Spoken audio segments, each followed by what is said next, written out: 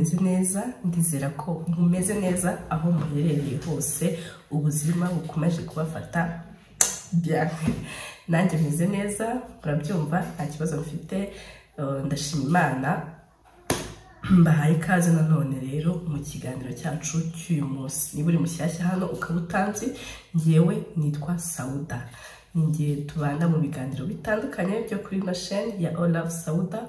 Mbahaye ikaze cyane ku bantu bashyashya baje vuba, babonye ino chaîne vuba, murakaza neza, ntabwo muzicwa n'irungu, nzajya mbereka ibintu bitandukanye. Uyu munsi rero nkuko mubizi nyine buri munsi bihora ari ibishya ahangaha.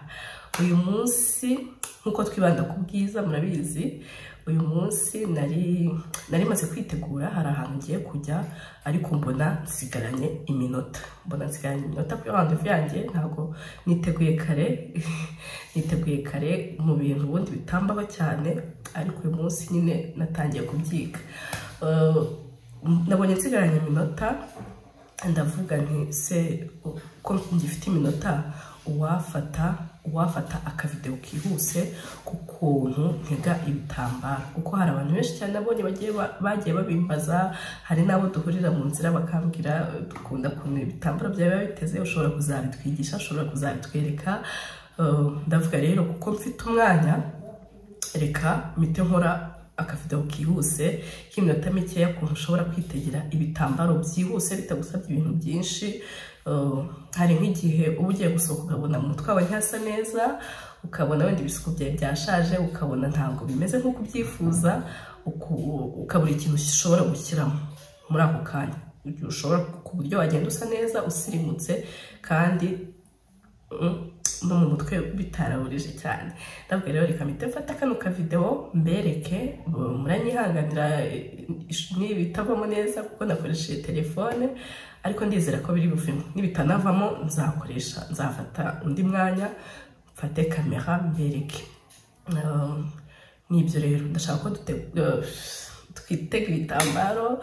Ubwo ni mu bikunda murambwira, nzabereke no gutega ibitenge n'amabaze, bya bindi biba bishwambaraye by'abantu bakunda, nabyo muzambwira mbibereke. Okay, twagera tujye gutega ibitambaro byacu. Umunsi ndakoresha ibi bitambaro bimeze gutya bya gapira, nibyo bitegeka neza, nibyo umuntu ashobora gutega neza bitamugoye. Ngiye kubereka uburyo butandukanye ushobora gutegamo ibitambaro kandi ugasohoka usa neza bitakugoye, bidasabye uburyo bwose ndi bukoreshe. Ntabwo ndi gukoresha udupini cyangwa utuepenge, kuko utuepenge iyo tujemo biba ibintu birebire. Ngiye gukoresha uburyo wakoresha n'intoki gusa n'igitambaro, nta bindi. Muze rero twitege ibitambaro byacu, muraza kumbwira uko mubibona. Twakoresha ibitambaro bya gapira. Abantu benshi mubona ko ari byo nkunda kwambara, kuko nibyo byoroha kubyambara. Kubitega biroroha, ntabwo binyerera. Ibitambaro binyerera buriya si byiza, biroroha rero kubyambara.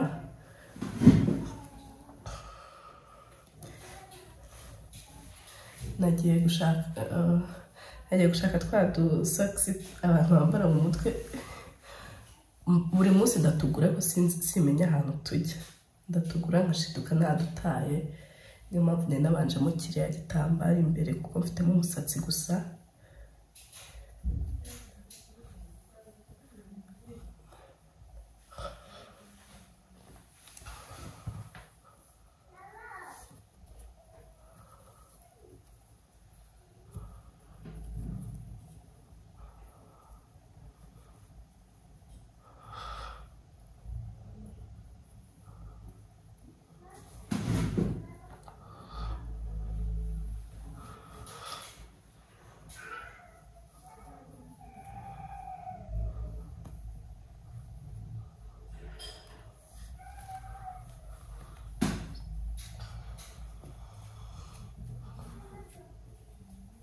Byaba byiza ufunze shinyo, urabona ko hano ufitemo shinyo ngewe, cyangwa waba nta musatsi ufite, ushyiramo kariya gasogisi, ugashyiramo igitambaro nyine bikamera gutya.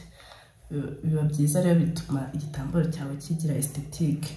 Ku bantu dukunda guhura kenshi, murabizi ko ubu buryo nibwo ntega inshuro nyinshi zishoboka kuko nibwo bunyorohera ntabwo bugora pe. Abibonye ukuntu twabigenje hano twagahiniyemo na hano urabona igitambaro cyose ariko turasa nk'abagihina gutya kugira ngo bigire esthetique ahangaha.